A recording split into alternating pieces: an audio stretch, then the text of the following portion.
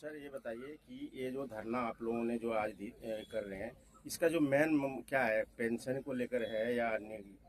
देखिए, पेंशन को लेकर भी है, लेकिन 4 कोड कानून जो आया है श्रमिकों का, हाँ। जिसमें 300 मजदूरों को कंपनी जब चाहे निकाल के बाहर कर देगी। हाँ। जैसे 3 काले कानून किसानों के विरोध में आया था, हाँ। उसी तरह मजदूरों का ये 4 कोड कानून लाया गया है। इसको बड़े पूंजीपति और कंपनी वाले को ताकत दिया गया है। गरीब मजदूर जो सुई से लेकर मिसाइल बनाने का ताकत रखता है, उसको मजबूर किया गया मजदूरों को। उसी को लेकर आज यह देश के हमारे मजदूर श्रमिक की आवाज़ को, उनके ताकत को, जिस तरह से भारतीय जनता पार्टी और मोदी सरकार कम करने की, ये देखिए गैस की त्रासदी अलग आई हुई है। मजदूरों का जिस तरह से इनको इंडस्ट्रीज और फैक्ट्री में सब्सिडी मिलता था, उनको पेंशन मिलता था, ये सब बंद कर दी सरकार। तो उसी को विरोध में मजदूर का हो गया। किसान का जो ट्रेड डील अमेरिका के साथ किया गया है, वो ट्रेड डील से हमारे देश के कपास के किसान और उसके बाद सोयाबीन के किसान, ये दोनों त्रस्त हो गए कि जब हम अमेरिका से कपास लेंगे तो हम कॉटन 75% बांग्लादेश में देते थे, और आज हमारा कॉटन कहाँ बिकेगा, हमारा सोयाबीन कहाँ बिचेगा। ये किसान की आवाज़, जो हमारे पीछे लाल बहादुर शास्त्री जी को देखे होंगे, जो जय जवान जय किसान का नारा दिए थे, और गांधी जी के सत्याग्रह को लेकर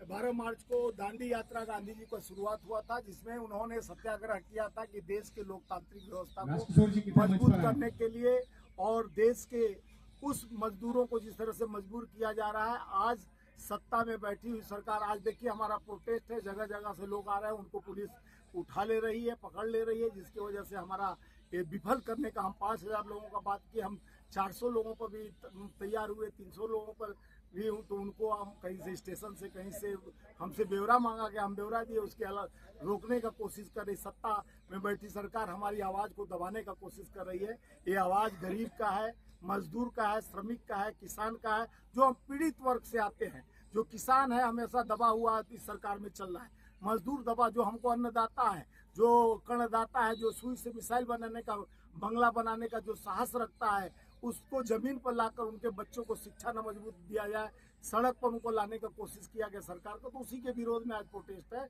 यह प्रोटेस्ट जनता के उस दर्द के जिस तरह से छुपा हुआ है सीने में मजदूरों को, उसको उजागर करने के लिए आज प्रोटेस्ट रखा गया है। यह प्रोटेस्ट मजदूर के जो कानून को वापस लेने के लिए, जब तक हम लोग सत्याग्रह करेंगे, जब तक यह कानून वापस नहीं हो जाता है।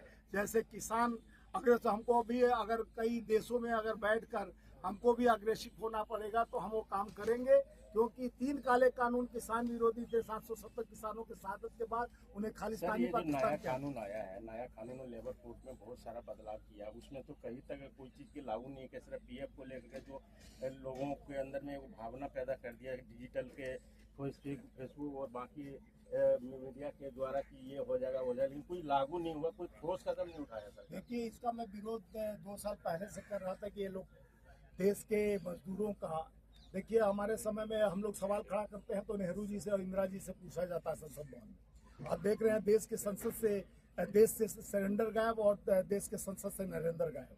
तो ये भावना चल रही है देश में, पीड़ितों को, मजदूरों को जो सब्सिडी देने की बात होती थी, आप देखेंगे कि कॉन्ट्रैक्ट फार्मिंग का जो व्यवस्था हो गया, बिचौलियों का, तो बिचौलिया को खत्म करने के लिए हमारा व्यवस्था होना चाहिए। और बिचौलिया भी आज का षड्यंत्रकारी हो गए कि जाति मजदूर और किसान को नौकरी न मिल पाए और ये शोषित रहे, वंचित रहे, उनको रोकने का कोशिश है सरकार। 1 घंटा वालों को खाली व्यवस्था बना रहा है। अगर पहले नेहरू जी अगर शिक्षा को मजबूत नहीं, इसरो या IIM IIT ऐसे संस्था, काशी हिंदू विश्वविद्यालय जेएनयू जैसा संस्था नहीं बनाते जिसमें मजदूर को भी पढ़ने का अधिकार है, तो आज मजदूर के बेटे यहाँ दिल्ली में बैठे, हर देश में बैठे, जो IAS बन के बैठे हैं।